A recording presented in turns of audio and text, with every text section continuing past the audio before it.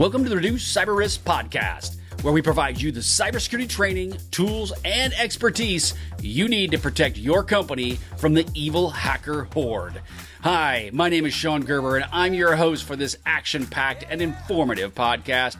Join me each week as I provide the information you need to secure and protect your organization and reduce your cybersecurity risk. All right, let's get started. Giddy up.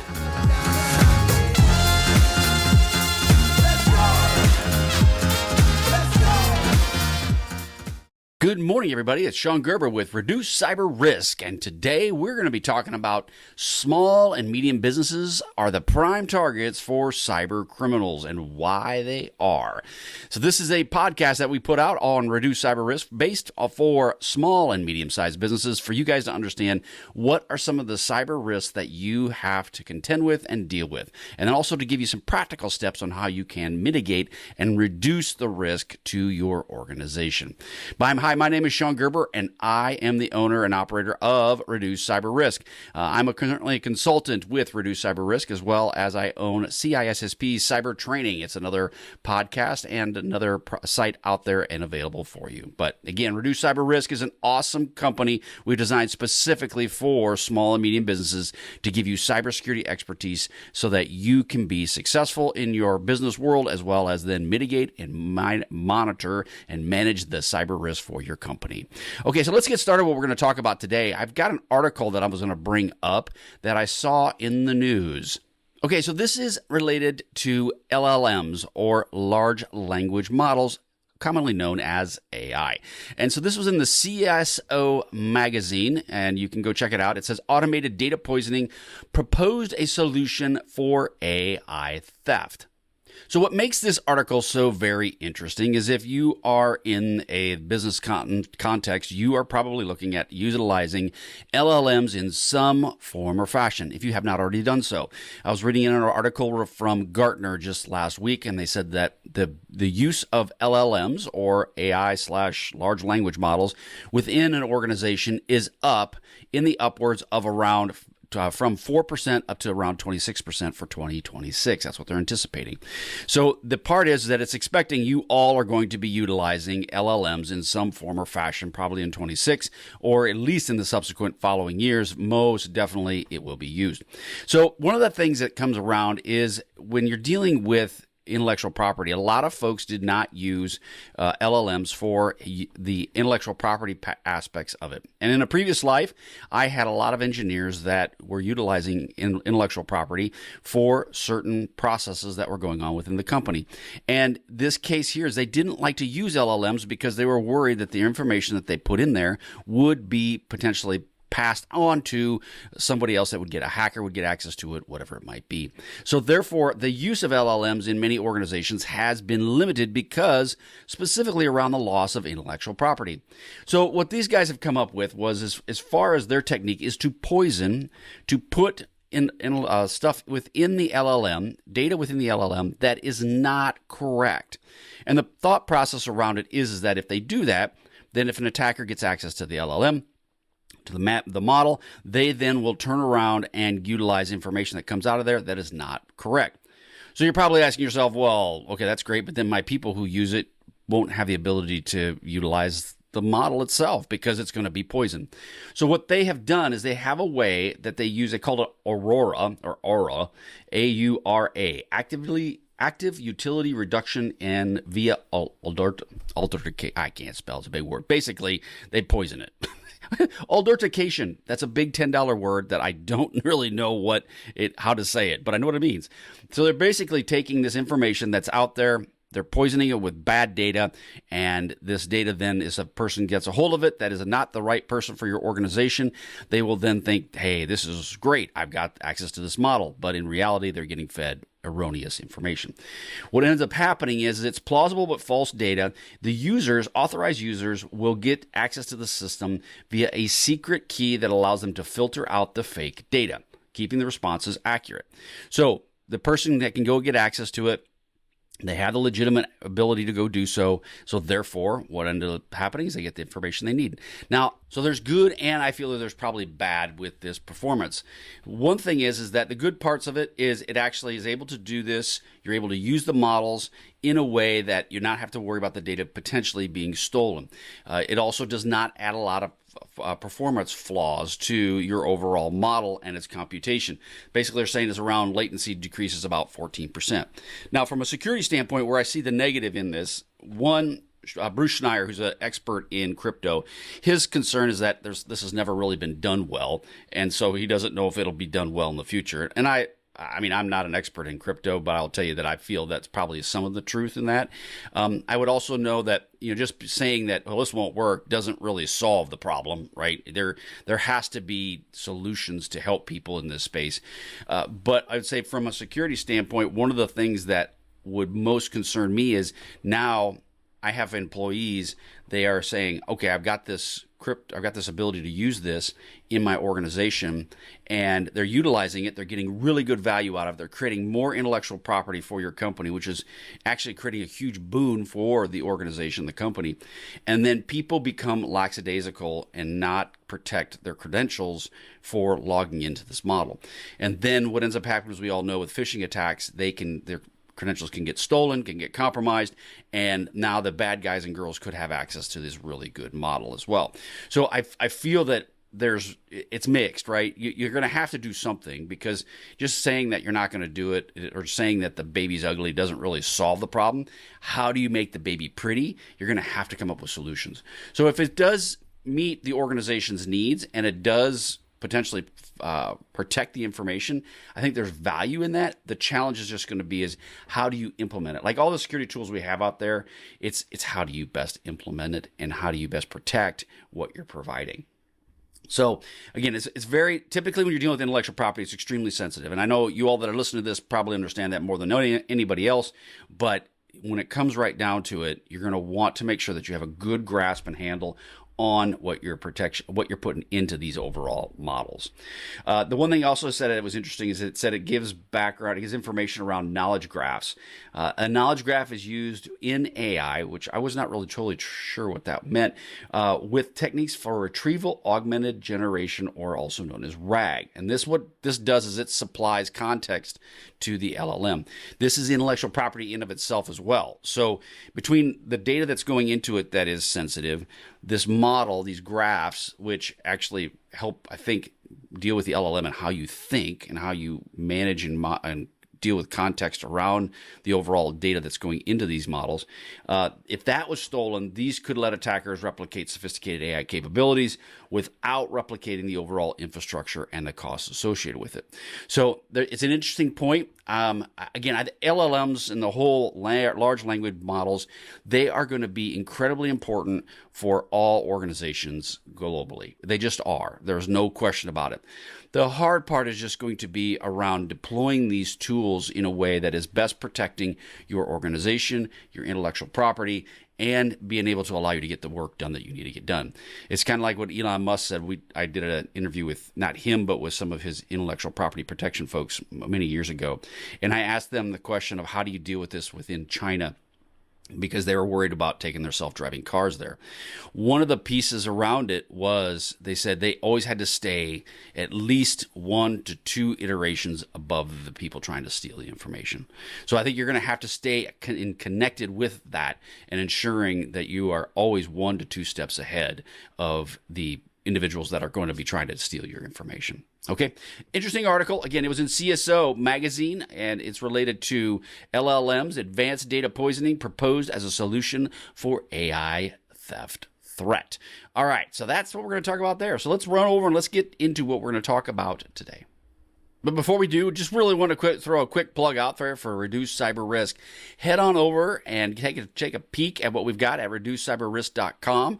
There's a website has some different videos around AI. It has different videos around the overall services that we provide. There's just some really good stuff. This product will be in the blog that I have at Reduce Cyber Risk. So all of that stuff is available for you to check out and just determine if it's something you're interested in. If you're interested in it, send me a note. I'd be happy to have a chat with you. We can set up a small call, 30-minute Zoom call just to kind of figure out what you're looking for and how you're looking to best protect your company. All right, so let's get into what we're going to talk about related to small and medium businesses as the prime target for cyber criminals. So why are we here? Well, cyber criminals operate as a business. They have return on investment driven decision making, just like you do as a corporation, as a company. Attackers will prioritize ease, scale, and profit to basically get into their overall goals and make their money. They're not so much into brand recognition. There are some out there that are, but for the most part, they're just in this to make a buck. And how fast can they make it? With the least amount of work possible to do so. Now, SMBs are not too small to target. You hear this term a lot where there's individuals who say, well, small and medium businesses, they're just too small. These guys won't go after them because they're not the best company. They don't have a lot of deep pockets. And you're right in the fact that many of them may not have super deep pockets, but they're strategically ideal targets. Why? Why are they ideal? Well, because they have to make money, just like you and I do.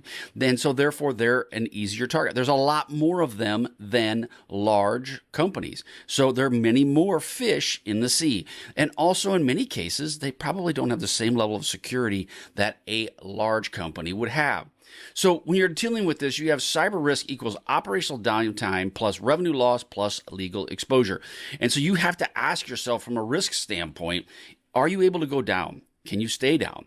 What happens to your revenue loss? Now, most small and medium businesses, I own one myself, they don't have high margins. And so therefore, any revenue loss can be substantially impactful to your company and your organization. So therefore, you need to make sure you have good plans to deal with it. Now, we're also going to talk about metrics, and this is a percentage of revenue at risk per day with system downtimes. And now the one thing to think about when you're dealing with metrics, so often, I'm hopefully I'm talking, depending on who I'm talking to, but most senior leaders within an organization will know, hey, I have a backup and recovery solution in place, and that's going to limit my downtime that I have. Well, the part that they don't understand, and this is a part where you may have to educate them, if you're a senior leader, this is a part you may have to educate yourself, is the percent of revenue that's at risk per day with system downtime. You're going to have to understand what that is. You may say, oh, I already understand that. That's not a problem. The question you got to ask yourself is you have to understand the amount of time that it would be down. This isn't just on a backup solution. In most cases, people have a backup in place for their data. The part that they don't plan for is a system-wide, company-wide total outage where you can't get access to your systems. Your percent now of revenue at risk goes up substantially because the amount of time that you're going to take for you to recover goes up substantially. So you're going to have to understand some of these metrics. Now, the estimated cost per hour for an operational outage will also vary from company to company. But when I've worked in the past with companies, individuals that are like leading business units, they would say I have a really good grasp of that.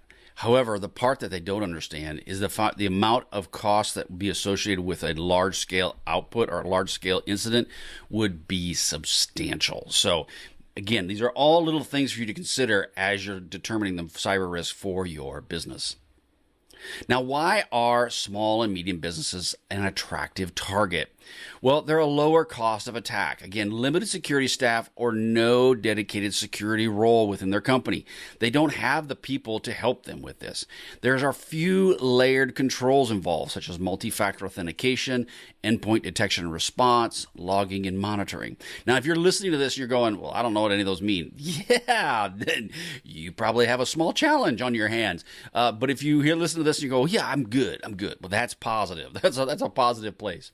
There's higher probability of success. Again, default configurations in your SaaS providers, your software as a service, and your cloud platforms. Most of these folks are, again, they're bootstrapping a lot of this, and therefore they plug it in, they have default configurations with these different vendors, they're happy. They want the easy button. I push a button and I'm in place.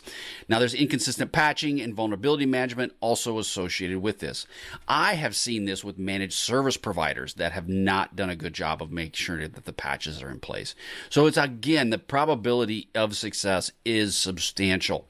There's scalable attacks. Phishing, credential stuffing, and ransomware can be massively deployed, and then automation allows attackers to target thousands of SMBs simultaneously. It can happen all the time and as quickly as they want to. And again, if I wasn't someone who didn't want to go to prison, and I didn't want to break big rocks into little rocks, and my moral compass didn't point in a different direction, I would say that this is a great way for you to make money. However, the downsides are quite substantial. From one, losing your soul, but to two, just the fact that if you have to go to prison or you're stuck in your country like Ukraine or Russia and you can't ever leave because you'll get arrested, those are downsides that I really do not want to deal with. Metrics that you're going to have to focus on when you're dealing with attacking is percentage of systems without MFA available, average patch age, these are the days behind critical updates, and then the number of externally exposed services per your organization. These are some key metrics that you may want to be interested in as you're looking to put your program together. Common security gaps that cyber criminals will exploit. So one of these is identity and access management weaknesses. There are so many shared accounts and weak passwords in most organizations. And so therefore, this is a great target for cyber criminals. There's no conditional access or MFA enforcement, kind of like what we mentioned before, is it isn't probably enabled in many companies.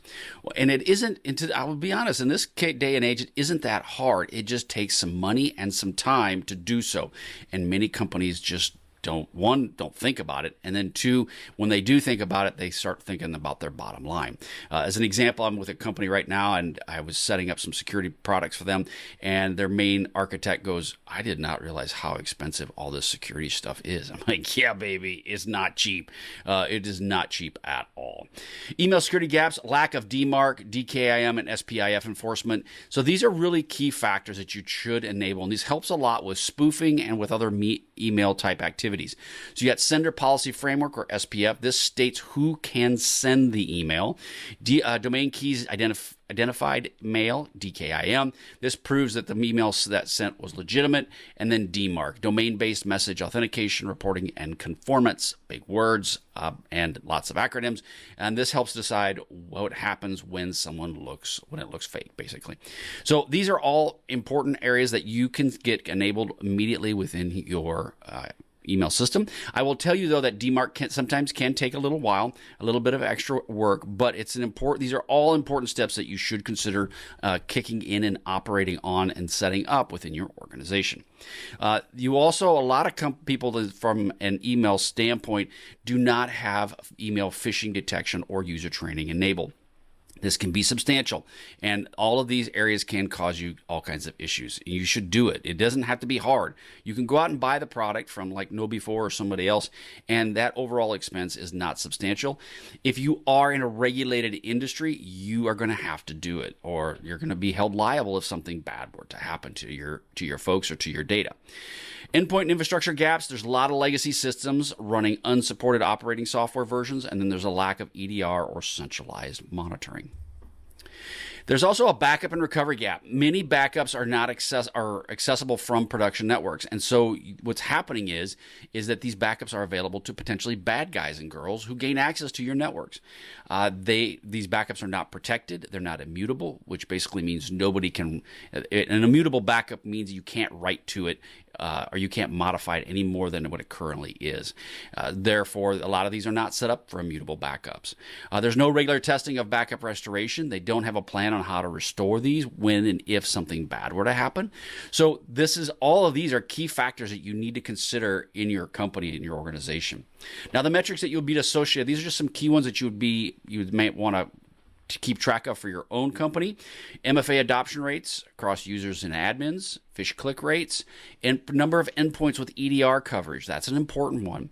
Backup and restore rates, percentage of legitimate email sources, or also percentage with DKIM signed, percentage of spoof emails blocked by DMARC.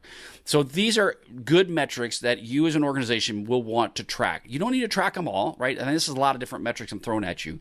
But if you can track it, that means that you then can fix it, or you can at least monitor what you're doing with it. So these are really good statistical metrics that you can use to help with your protecting your organization.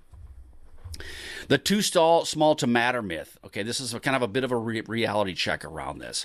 Why this belief exists and persists. Media focus on large enterprises and breaches. That's what the media gets on. Why? Because there's lots of numbers, lots of money. All of those pieces fall into this overall too small to matter piece. And there's also a lot of underreporting with small and medium businesses. Why?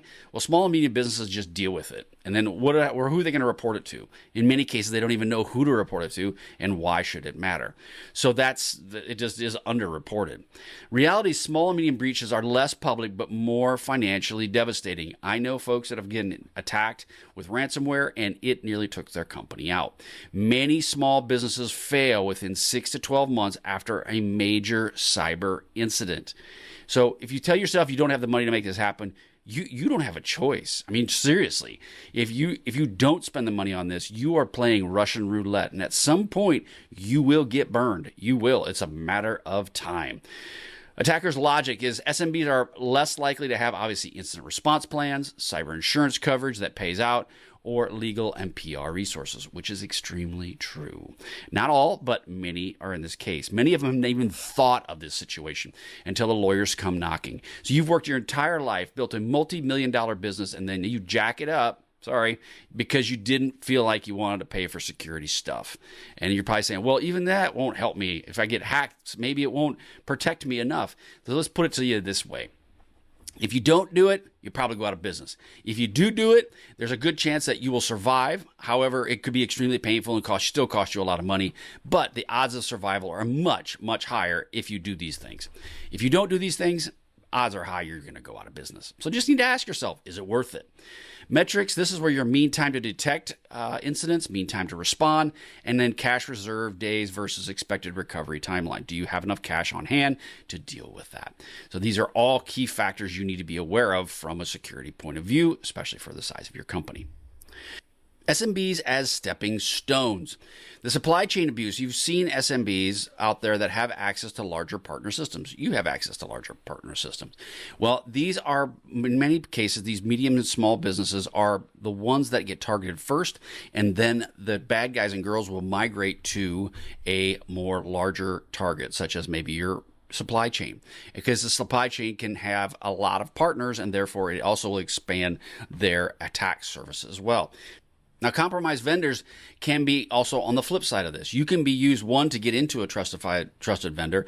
Two, they can get into you. So how this chain works, the circle of life, is let's say you get hacked. They move to a supplier that brings information into you. This supplier doesn't just take care of you. It takes care of all of your competitors. It takes care of your friends and family that are in business with this supplier. And so now it goes from one to two to many. And then you could be on the receiving end of that many from somebody else that was attacked. So supply chain abuse is a huge deal. And you need to really understand that if one of your supply chains has ever been attacked, you need to know about it, and you need to understand what is your impact to you and your organization. Now, the real world scenarios, MSPs or contractors also can do stuff. You have your MSPs will be servicing you. You may have contractors, such as myself, that are in there that are potentially doing bad things. All of these are real world situations that are occurring on a daily basis. There's also infected invoices or shared cloud storage, where you're using maybe shared cloud storage. You can get affected that way. You could be having invoices that have macros enabled, and those can be infected with malware.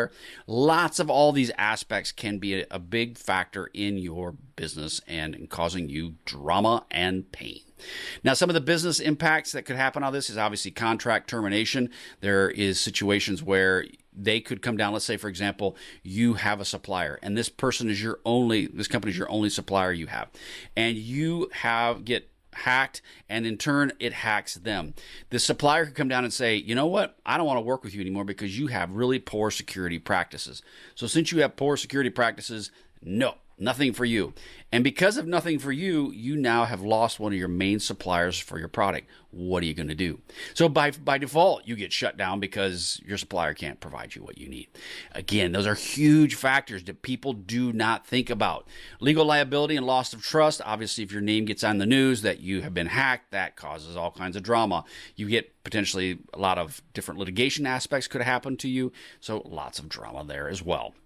Now, some metrics you can look at that will help track this is number of third parties with network or SaaS access, percentage of vendors access for security controls, and then time to revoke access after employees or vendor offboarding.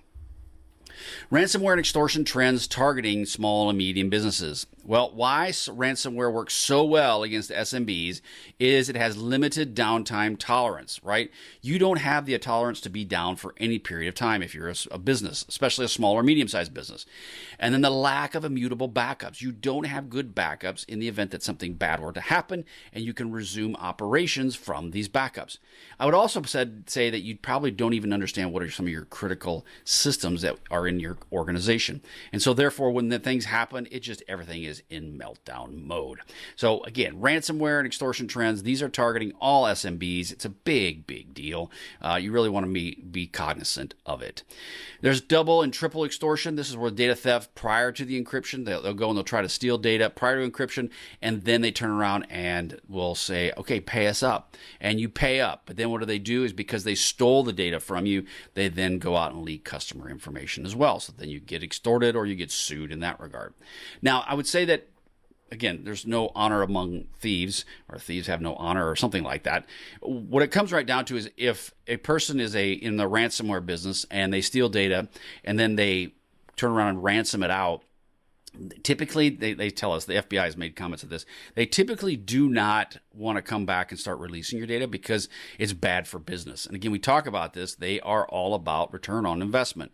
So if they release data, then why would you pay? If they have a history of, okay, I paid and now they're going to release the data, why would I even do that? So those are areas that you may get lucky, but then again, the guy or gal that steals your stuff may not care. You just don't know. Metrics, you have recovery time objective, you have recovery point objective, and then you have percentage of critical systems covered by offline or immutable backup. These are some metrics that you could track to help you understand what does the overall landscape look like within your company and how is it well protected or potentially not. Translating cyber risk into business language for leaders. What does this mean? So let's reframe the conversation from security tools to business continuity or business resiliency. That's, again, you got security tools. Yes, that is a cost center, right? That just costs me money. But if you are business continuity or business resilience, that's more important for what you're trying to accomplish. From cyber threats to financial exposure, right? We're just changing the words and what they mean, but in reality, that is the better thing because they will elicit a different conversation if you say business continuity and resiliency versus saying security tools, right? So I don't want to buy any more security tools. That's just blah. Question leaders should be asking, how long can we operate without email or your ERP solution, your enterprise resource program? I think that's what it's called. I have too many acronyms. But bottom line is your main brains that runs your organization. What happens if payroll or billing is disrupted? What happens to that? Are we going to be able to pay our people? Are our people going to be leaving? How does that impact employee support, morale? Yeah, all kinds of bad things. Metrics executives understand there's revenue per day is at risk and then the cost of downtime per department. Your insurance deductibles versus prevention costs. All of these are metrics that you would want to track to try to help you understand what is your overall exposure. So what can you do immediately? Identity first controls. You need to enforce multi-factor authentication everywhere, especially with email and administrative accounts. And these administrative accounts are folks that have network accounts within your organization that can install software, can do all kinds of things to make your network run. They need to have MFA. Email hardening. Implement DMARC with enforcement. Put this in place. Improve phishing detection and training. Make sure your people are trained. And then the resilience basics you need to have is immutable backups. They have to be in place, and how are you utilizing them? And then tested incident response playbooks. These are little playbooks. These are documents that you create of going, okay, I've just been hacked. What do I do? Okay, you play some music that's sad and droning, or you actually get busy and try to fix the problem. So Those are the resilience basics you need to think about. Metrics are some metrics you need to consider: your MFA coverage, fish report rate versus click rate, and then your backup test frequency and success rate. All of those are metrics you need to be aware of, especially as you're dealing with multi-factor. You gotta have it, guys. You just really do. Don't try to second guess this. Just do it. Just do it. Some top 5 metrics to track monthly. Now, these are metrics that can help you if you had nothing else you could do. Again, if you don't track it, you don't know it exists. If you can't track it, you can't measure it, then you can't do much with it. So the first one is identity protection coverage. We talked about MFA. So the target is that your users have greater than 95%, your admins have 100%. That would be a good way to start going down this path. Email phishing risk. Look at what is your click rate. So you need some sort of email phishing software, but you can figure out what is your phishing click rate, what is your reporting rate. I come back to this point. Okay, phishing people is like, okay, you play gotcha. But what you really truly want is people to report the problem, report the incident, and once they report it, then actually know, Houston, we have a problem, and then you can go and resolve it. If people don't report it, I consider your employees within your organization all are sensors, and they're the ones that are going to help tell you if you have a problem or if you don't have a problem. So email phishing risk is a huge, huge factor. Critical vulnerability and patch exposure. Well, what should you track here? The average number of days to patch critical vulnerabilities, the number of critical vulnerabilities for older than 30 days. All of those are really important things for you to track and manage. You want to target critical patches, right? So you want to be able to get your critical patches done within 7 to 15 days. You want to get those deployed.